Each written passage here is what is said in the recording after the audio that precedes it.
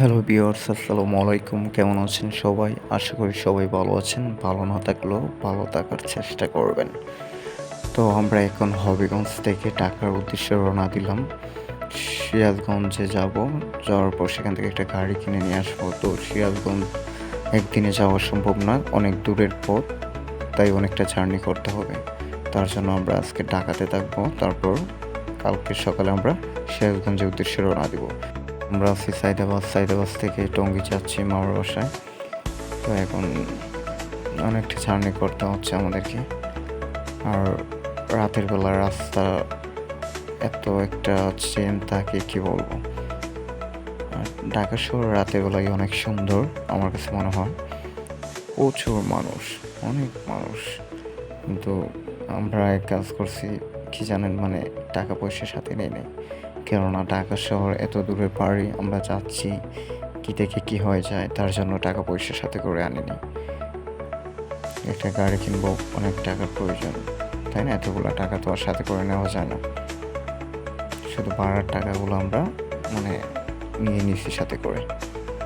তো এখন আমরা যাচ্ছি মামার বাসায় গিয়ে আজকে থাকবো, রাতটা কোনো রকম কাটাবো।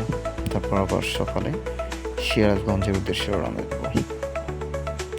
তো আমরা এখন আছি আপনার এয়ারপোর্টের দিকে, ঢাকা আন্তর্জাতিক বিমানবন্দর। অনেক মানুষ সেখানে। ঢাকাতে যে টাকা ওড়ে কথাটা কিন্তু একদম সঠিক, কারণ প্রচুর টাকা খরচ হয়েছে ঢাকা ঘুরতে। আমরা সাইদাবাদ থেকে টঙ্গীর উদ্দেশ্যে রওনা দিয়েছিলাম রাত 7:30টার দিকে। আমরা টঙ্গী গিয়ে পৌঁছেছি রাত্রে 11টার দিকে। প্রায় 3 থেকে 3.5 ঘন্টা, 4 ঘন্টার মতো লাগছে টঙ্গী যেতে আমাদের। তারপর রাতটা মামার বাসায় কাটানোর পর আমরা আবার রওনা দিলাম সিরাজগঞ্জের উদ্দেশ্যে রওনা দিলাম। তারপর আমরা পদ্মা সেতুর উপর দিয়ে সিরাজগঞ্জে যাচ্ছি। পদ্মা সেতুর যে ভিডিও ছাড়লেই নাকি ফোরে গেল। তো আমরা এখন সিরাজগঞ্জ যাচ্ছি, সেখানে গিয়ে গাড়ি টাড়ি দেখবো, দেখে যেটা ভালো মনে হয়, যেটা পছন্দ হয় সেটাই নিয়ে আসবো। পদ্মা সেতু আমি কখনো যাইনি, কখনো দেখিনি। তো জীবনে প্রথম সরাসরি দেখলাম। অনেক সুন্দর একটা ব্রিজ, আমাদের বাংলাদেশের প্রথম এমন একটা ব্রিজ করা হয়েছে। দেখতে অনেকটা সুন্দর, দেখার মতো একটা জিনিস। তো সিরাজগঞ্জে আমি আমার লাইফে ফার্স্ট যাচ্ছি আমার বন্ধুকে নিয়ে।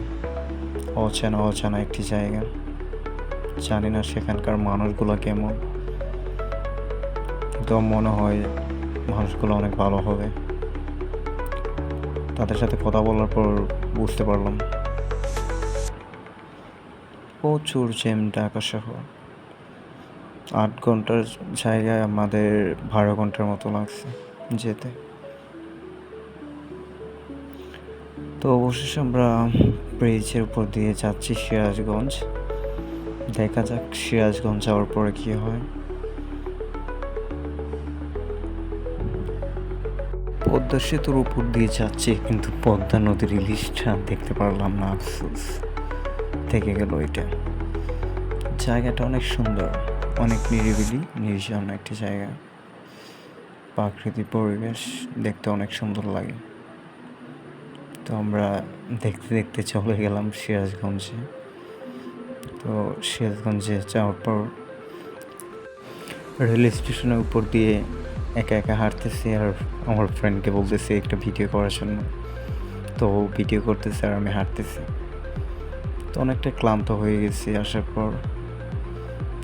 তারপর দুজনে মিলে একটু বিশ্রাম নিলাম।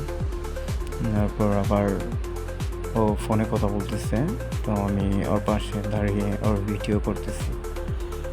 তো আমরা যে গাড়িটা কিনবো ওই মালিকের সাথে কথা বলতেছে ও ফোনে।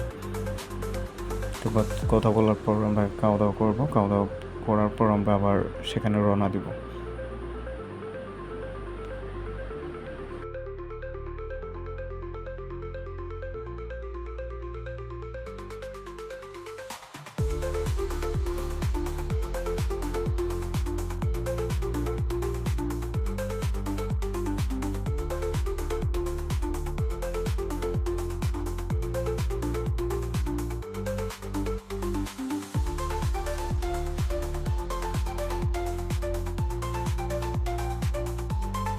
আমরা এখন সিরাজগঞ্জ থেকে গুচ্ছামারা গ্রামে যাচ্ছি, যেই নাম আমার জীবনে প্রথম শুনলাম, আর কখনো শুনিনি।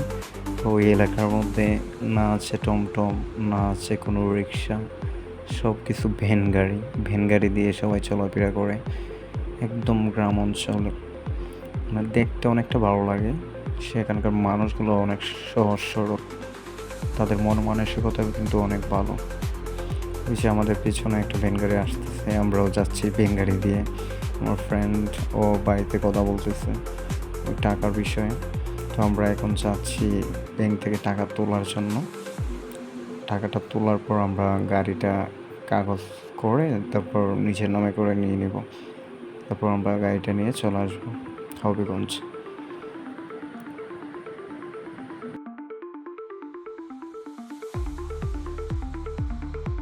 ব্যাংক থেকে টাকা তুলে নিয়ে আসলাম।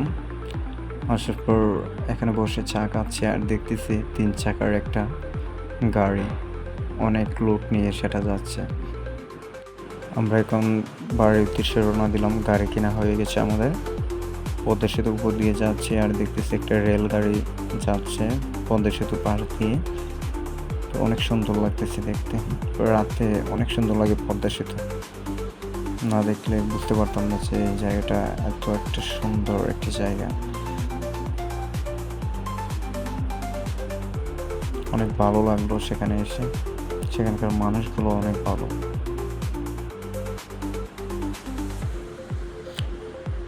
যদি আমার এই ভিডিওটা ভালো লাগে আপনাদের, তাহলে লাইক, কমেন্ট, সাবস্ক্রাইব করে পাশে থাকবেন। ভালো থাকবেন, সুস্থ থাকবেন। আল্লাহ হাফেজ।